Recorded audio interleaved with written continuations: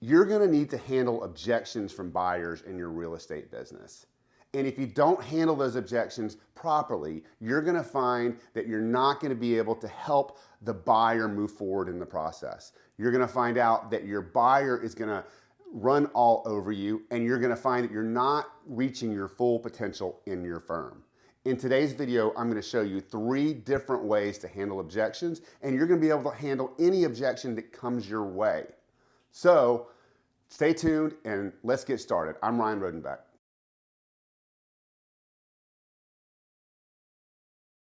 All right, I got John McCarthy here, my Director of Sales at Spyglass Realty. So Johnny, we're going to talk about objection handlers here in just a minute, and at the end of this video, we'll have a link to the call that you did with a consumer last week that wanted to hang up on you. Right. But first, tell us a little bit of your history about how you got here to Austin, how you got to Spyglass Realty, and what your position is, and how all that came to be. Yeah. All right. Thanks, Ryan. Excited to be here. It's been a long time coming for us to have this chat. Yeah. Because it's such an ideal topic for me to talk about because it's kind of what has carried me through from the beginning of my real estate journey, from what I knew I needed coming to Texas 7 years ago, plugging in with Spyglass Realty. I moved to Austin with my family in tow 7 years ago. Got my real estate license in 2006, so I was licensed for a long time, and the training that I had directly when I first started was a lot of scripts and dialogues, and it was a lot of conversations, because I was going to have a lot of conversations to be successful in real estate. And I was in a city, I was in Orange County actually in California when I started, and I didn't really know where I was geographically so much. I was only in California for 6 months when I got my real estate license, and I was talking about real estate and saying the names of cities and talking about home loans and things, and I had really no clue what I was talking about. But I was really good at reading words on paper, and that's what a coach told me to do, is just read the words on the paper until you get good at it. So that's what I did, and that's what kind of started and got me going in real estate. So when I moved to Texas and I was looking for a real estate brokerage, I needed to find someone in a company that had everything that an agent needed to just plug in, and offered training and had leads, but also trained on how to talk to those leads for how those leads transpired into conversion and then sales. Yeah. So you had all that plugged in. You showed me a database and you showed me your scripts and everything. I was like, this is perfect. All I need to do is just plug right in. Right. So, well, let's be fair here. Yeah. I didn't really have it all plugged in. Okay. Right. Yeah. So it was 100 times better than what I had at the time, which was basically nothing except a binder full of ads and business items that I was going to have to spend money on to put into place to automate a lot of things about my business. And how many agents did Spyglass have when you came? Do you remember? At that time, maybe 12. Yeah. Could have been 15. Yeah. Maybe bounced between 12 and 15. Sure. You had a good group of friends at that time. Right. It was a really cool, because it was real personal. Like it was like your buddies, your friends, a few people that that respected you in real estate that came to work for you along the way. And I remember going to our those call nights, or those call nights in the old office, in that little bitty space upstairs, and doing like script training. But we had like 12. And yeah, you're right. You had just invested in a lot of things, and that was it. You're like, I just need someone to come in and just plug in and start doing these things that I have in place. Right. And I was like, great, just show me the money, show me where to go. Yeah. And you pointed me into your database, and that's where I just started, really just calling and convert. And go ahead. But didn't you also set up a friend's ISA? Oh yeah. At the same time. So when I first moved to Texas, I had a part-time job as a basically an outbound call center by myself, and I ended up growing that. I would call basically roofing contractors on the East Coast in the morning, and I would move my way across the country and call roofing contractors in California in the afternoon, make up for the time zone, selling front page placement on Google. Okay. Google placement stuff. So just straight up cold calling. Yeah. Scripts there applied as well, right? Sure. And in the meantime, I would start plugging in some real estate calls. So my day was like split up. I would do Google internet sale calls for a couple hours, and I would do real estate calls for a couple hours. And I did that for like 9 months when I started with Spyglass. Yeah. So that just a little bit of money to get me going. And then when I started to get more comfortable, I guess actually, no, basically what happened was that company, I decided I couldn't work with that phone sale or the Google sale company anymore, because it just wasn't going to get me going. I wasn't going to be able to take off in real estate Sure, quick enough right. with family and everything going on, and I really had to like go to. It was a friend and a business partner of mine, and it was a sensitive subject for a little while, but we had respect for each other. I was like, dude, I got to make things happen in real estate. Yeah. And this is holding me back. And he was, he's like, great, go get it. Let me know Yeah. how I can support you. And he's actually a client and friend of mine, moving forward in the in business. So a few years later, you had become our top producing converter of leads, right? And then kind of built a team, and then you kind of took on the role as not as as a sales manager, but on a sales manager who also, you were busy doing your own production, right? And so I think it was we started talking in March of 2021, where I knew I needed a full-time sales manager, right? Director of sales now, but sales manager, you know. And I came to you and I said, look, we need you to be out of production and focus fully on this, right? Yeah. And I think you had some apprehension at the time because you're going from, one career to another, right? Yeah. And from my part of it, there was a lot of nerves too, because taking my top converter out, right, out of play, and B, like, what if he doesn't do it? Yeah. What if he doesn't perform? What if it's not his deal? Yeah. Yeah. And I remember you were thinking about it, and I was like, Johnny, first of all, nights and weekends. Remember those? What do those look like? And so you ended up taking it in June, and have just killed it in every single way. Take us through a little bit about what that process was like, because anybody that knows me, that really knows me, knows that I'm not as smart as I portray myself to be. Meaning I get good people and good seeds, but a lot of the architecture of the sales team has more you than me put that together. So tell us how you put our sales product, our lead product, to become the best performing Zillow Flex team in Austin. Yeah.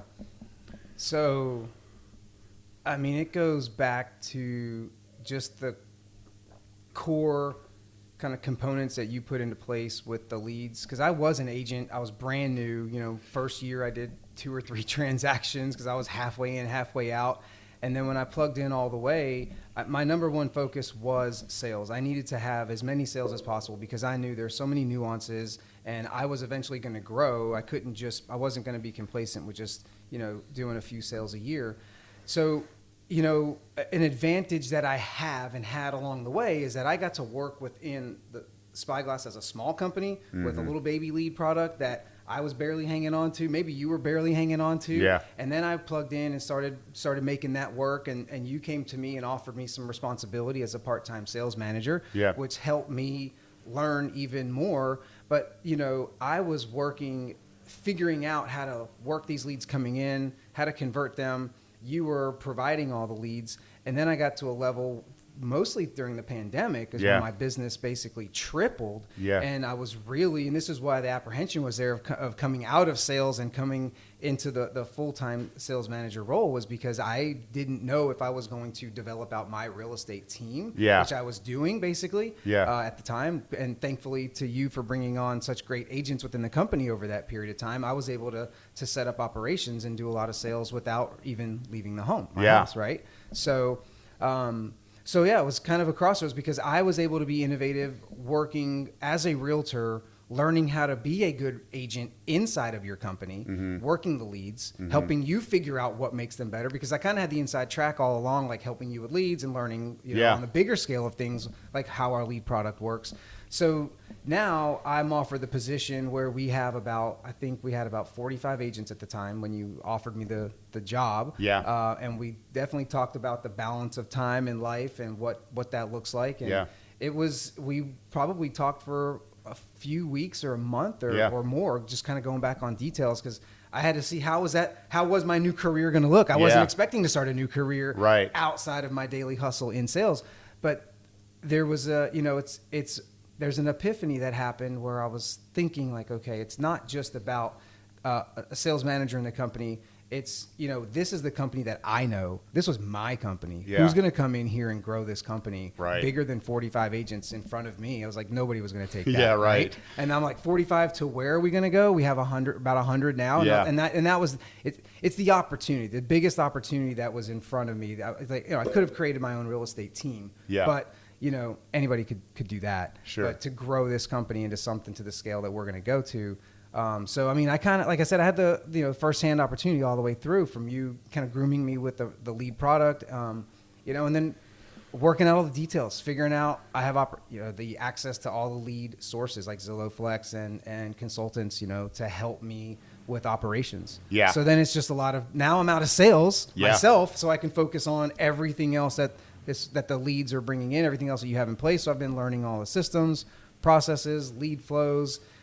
Not to mention we've doubled in size, so almost tripled in size. So that many more agents working within the company leads. So It's been a lot of research and development, I'd say, over the last year. But you also really kept, you were a great converter always. You still are.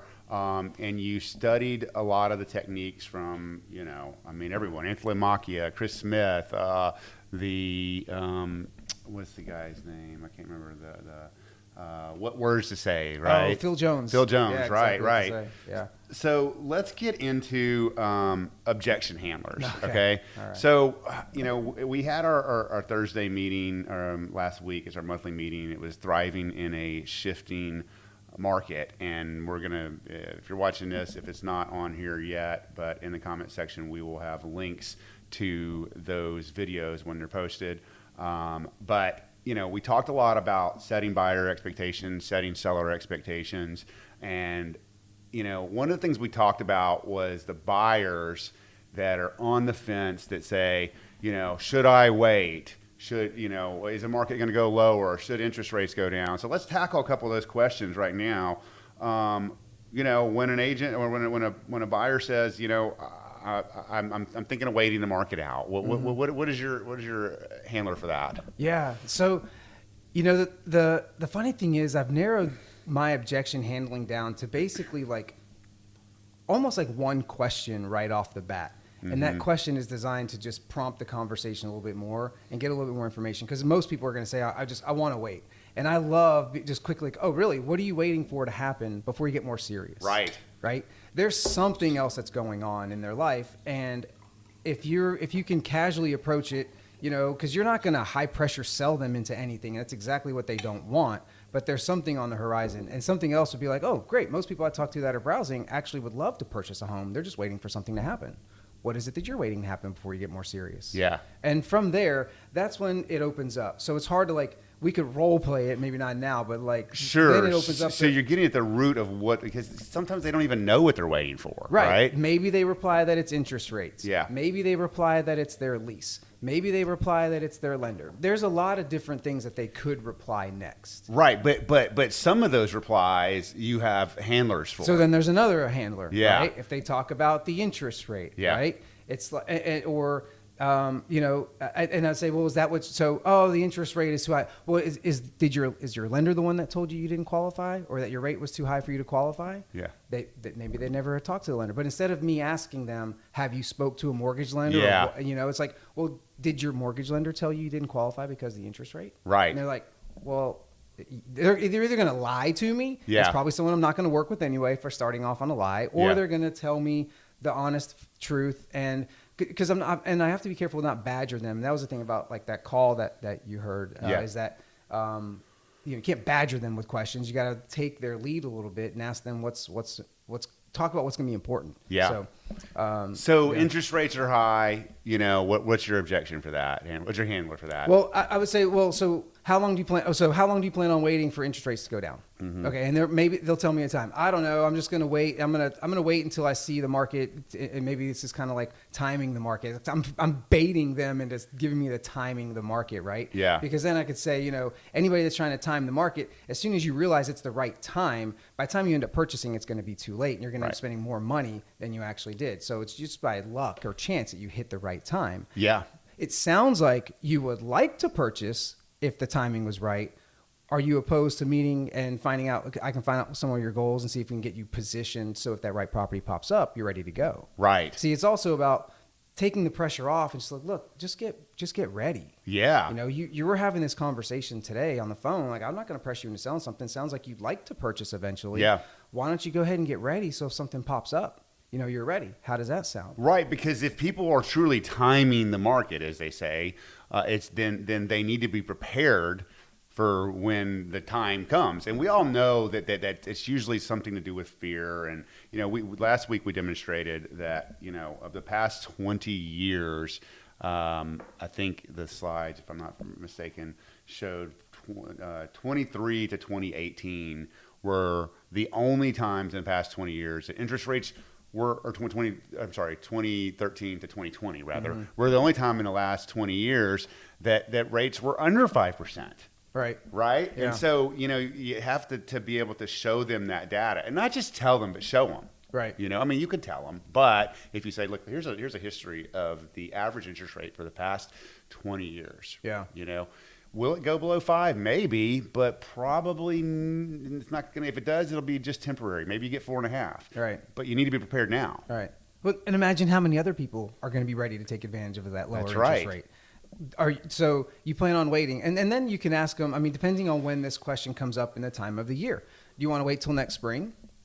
Do you think the market's going to be more or less competitive in March and April and May in Austin next year? Yeah. Right. So you're always going to be trying to time the market. There's always going to be a reason to sit or a reason to purchase or sell.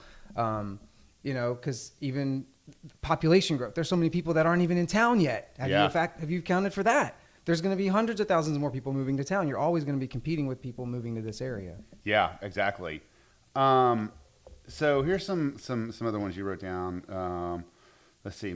Most people that I talk to are only browsing, actually would love to buy a home, and they're only waiting for something to happen before they buy.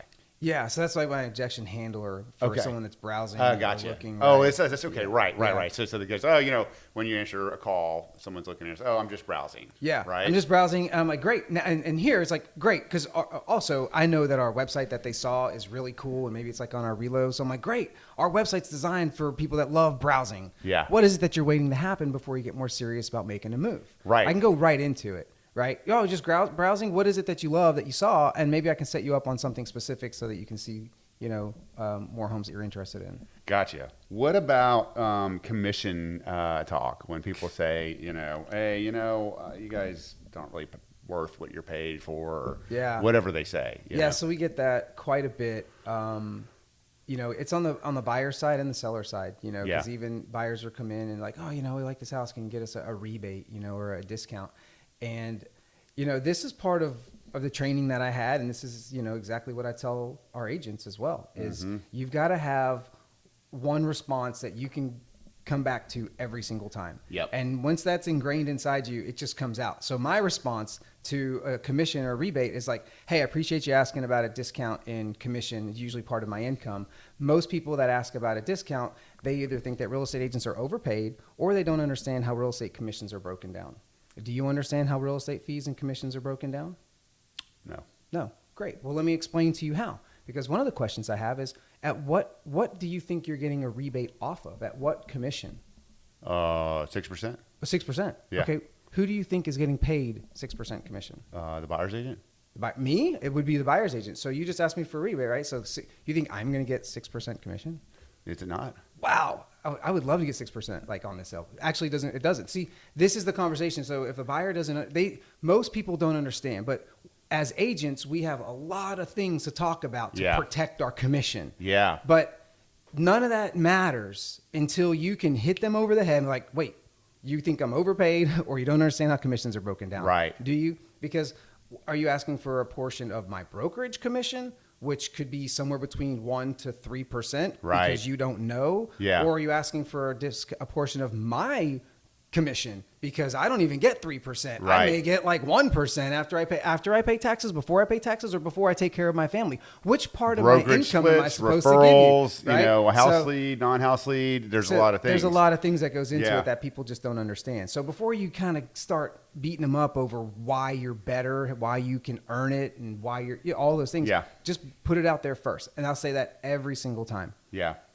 What about sellers when people talk about, well, what should I go for you? Then maybe a discount agent. Yeah. So again, just right off the bat, one quick objection handler that I'd say is, first of all, we charge about the same as everybody else, 6%, and we just make sure that we provide every service and resource above and beyond what any other broker is going to provide for you. That's right. So if you're looking for a discount broker, then you're going to be able to save money, but you're probably not going to make as much money also if you're selling with a discount broker. That's right. Our track record of success shows that Yeah. we're able to sell our clients' homes faster and for more money. Yeah. So maybe I'll show you that, or maybe I'll revisit that in our marketing, or when we get together and I show you exactly what we do, I'm going to show you how I can make you more money than a discount broker. That's right. Would you like to see it? Yeah. And so you're right. What you're discussing right there is getting them off the phone and into an appointment. Into an appointment, or if I'm in front. Yeah. So basically, it depends on. Yeah. There's. Well, I mean, because you're not going to show them a listing presentation on the phone, Right. And quite frankly, look, I was listening to some podcasts the other day, and they said that they're talking about salespeople, and one of the guys was saying, he wasn't really performing. He's like, the leads aren't that good, right? And the problem is that he didn't believe the leads are good, or he didn't believe the product was good, or he didn't believe what he was selling is good, right? So if you don't believe that what you have is what your product or service that you're selling is the right thing for a seller or buyer, then how do you expect them to believe it? And so what I was pivoting or kind of transitioning to there is that when you go through our listing appointment or the listing presentation, we talk about staging, we talk about marketing, we talk about 3D tours that place our properties listings at the top of Zillow. We talk about negotiation. There's a number of things that really, obviously I'm a believer that we do that nobody else does. But I think the first step is you have to believe that you're better than everybody else, or that your product is better than everybody else. Yep. Right. And so then once you can get to the point like you're saying, we're like, look, let's get off the phone and let me show you. Yep. And I've heard you say that before. In some of your calls, I've listened to several of them where you say, look, anybody can sell a home, but what did you say there? Anybody can sell, let me show you what you do. Yeah. So, and that's the thing, and just prospecting and conversions is focusing on setting the appointment. Yeah. Even if you're at a social event and someone brings up real estate, you're not going to sit there and talk about the market and all their goals right there. But if you can have a casual way to say, you know what, that's a great question. Would you be open-minded talking to me a little bit later? We can set up a Zoom or come to my office sometime. Yeah, and I've heard you talk to people that maybe didn't want to get together and say, well, let's do 30 minutes on a Zoom. Yeah, and 30 minutes on a Zoom, a quick meet and greet. Yeah. We talk about strategy session, are easy ways to that I've been able to pivot to schedule appointments. But wait, let me come back to that core question that you had there. Well, the core question is I think you had said in some of your, I've heard in one of your conversions was like, look, anybody can sell your home, anybody can do this, right? Something to the point where like, let me just show you what I'm doing. Yeah. So, because it's cliche for even like a seller or buyer, like we're just stick your sign in the yard. We don't just stick a sign in your yard. Yeah. Right? And it's really easy for everybody to say that. Yeah. But what it is that like, look, I have a lot of different solutions for buyers and for sellers. Yeah. We have programs, we have products available. And once I understand what it is that you're looking for, what you're trying to accomplish, I can then plug in one of the right resources to basically paint your path in front of you, right? And be like I mentioned, like the beacon of light in front of you. So I will pave that path for you. I have so many sources available or resources available. How about or would you be open-minded to meeting with me via Zoom, talking a little bit more, and let me understand how I can help you, and I can show you why we're so successful. Right, because your job as a salesperson, right, is not to get them to do something they don't want to do. You're getting them to do something that they need to do, right? And so, I think the kind of the mistake that a lot of agents make is they get into a listing appointment or buyer consultation, whatever it is, and then they just start spewing off feature dumping, right? Yeah. Well, that's, first of all, you need to know what's important to whoever you're trying to sell to, right? Because if you just sit there and do a presentation, 30-minute presentation, I got this, you're not being a consultant. Yep. You're just a salesperson. So what I love about what you're doing is that you're asking, questions are a huge part of this, right? Yeah. Well, and in our actual formal presentations, in our buyer presentation and our listing presentation, what we train on is basically showing and presenting like a small agenda, 4 to 6 steps. And in that is the first thing is questions. Yeah. I have a page of questions. Some of these things we already talked about over the phone. So I already know that you have this and this and this and this. You're paying attention on the first phone call. So you've already kind of filled out some of those questions. But then here are some other things. Yeah. Here's a whole list of questions that we're going to go over so I can understand what your goals are. Because I have a presentation. Sure. But like this might not mean anything to you in this presentation if you tell me right now, right? Right. So, and one of the questions is, and I love this, and this came up in one of our trainings the other day. One of the questions that I love asking is, what is the most important feature about your real estate agent or broker that you expect out of me? So basically, your broker, your agent, I'm going to be the one talking to you and working with you, but I also have a brokerage that's going to be doing a lot of things in marketing. So what's the most important thing for you that I can make sure I accomplish? Right? Yeah. And some people don't know.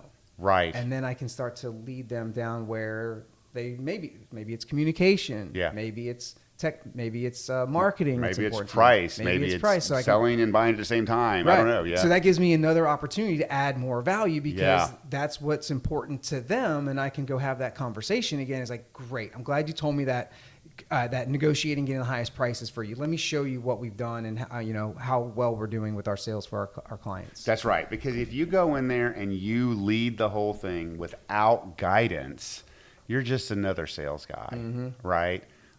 Sales through consultation. And the best way to get that is to ask the right questions, right? Yeah. It's almost like you've got like a flow chart where if you go this way, you go this way. If you go this way, you go this way, right? I don't know if it's a flow chart, but you know what I mean. It's like, you need to take them down the right path, and those paths aren't always, linear, right? Sometimes you need to make sure, and because of that, because there's so many different options and so many different ways to go, agents need to be, A, they need to be trained, and B, they need to have the resources, right? Yep. What else does an agent need to do to become successful as a salesperson in this industry? I want to say, be confident. Yeah. Because agents are, especially with our companies, they're either newer or seasoned, but they don't always know what to say or don't always know how well the company can back them or support them. Yeah. But really having because all the words coming out of your mouth, our agents may have sold 3 or 4 homes, or some of these things are new for them to say, but saying it with confidence, just like I learned from the very beginning, just act, act as if, I know exactly what's going to happen. I may not have sold any homes, but I have learned the listing presentation. That's right. And I've learned the questions and I've listened to the trainings and I'm participating. Now it's my turn to actually just say the words that I've been trained on and with confidence. Yeah. So when agents can realize, okay, great. All I have to go do is just say these things that John and Ryan are telling me to say to my clients. Yeah. And the clients will come. That's right. right. Say it to the customers and they're going to convert into clients. So lean into the training of the brokerage, lean into the stature of the brokerage. So we don't hire brand spanking new agents, but we do hire agents that have been in business 1 to 3 years and done 1 to 3 million because they've made it. They've made it past. They probably picked the wrong brokers to go to, or maybe they just did and it was time. And so, agents typically are not going to go to a listing appointment unless they've completed X amount of buyers or they've been shadowed on X amount of listings, right? And so, it's almost like people say fake it till you make it. Well, you don't really do that with listings. Yeah. That's always been something that that bothered me about hearing people say that in this industry. Because I didn't hear fake it till you make it. You're not going to fake it because there are other people that are going to, like I said, act as if. Yeah. They're going to get it done. Well, they're acting as if because they've been trained. And they're not faking it at that point. and I love leaning in because, and that's the thing. I knew Before I moved to Texas, my license was with like 5 brokers. So I knew there was different resources available, and I knew that I needed a brokerage that I could lean in. Yeah. Right. And whatever brokers that is, like whatever they have that's available to support your business, you've got to lean into all those resources. And that's what I think is one of the most important things. Yeah. Well, Johnny, this is awesome. If you're watching this now, please like and subscribe. I just said that at the beginning. I might do a different intro for that. But and also, we're going to have a link right here in the description to Johnny's call he took a call last week or 2 weeks ago, and a guy was really trying to get on with the phone for the first couple minutes. And, Johnny just kept going down that path, asking the right questions. So you get to see this in action by clicking that link. And ended up at the end of the call, Johnny booked an appointment for one of our agents. Agents met him. They're showing properties and probably about to be under contract. They met yesterday. I saw all the notes from the meeting Nice. in the CRM. Yeah. That's awesome. Yeah. So, Johnny's the master at conversion and is a great leader in our company. Really appreciate you at our company always, but also lending your knowledge to this podcast. Absolutely. Anytime, man. All right.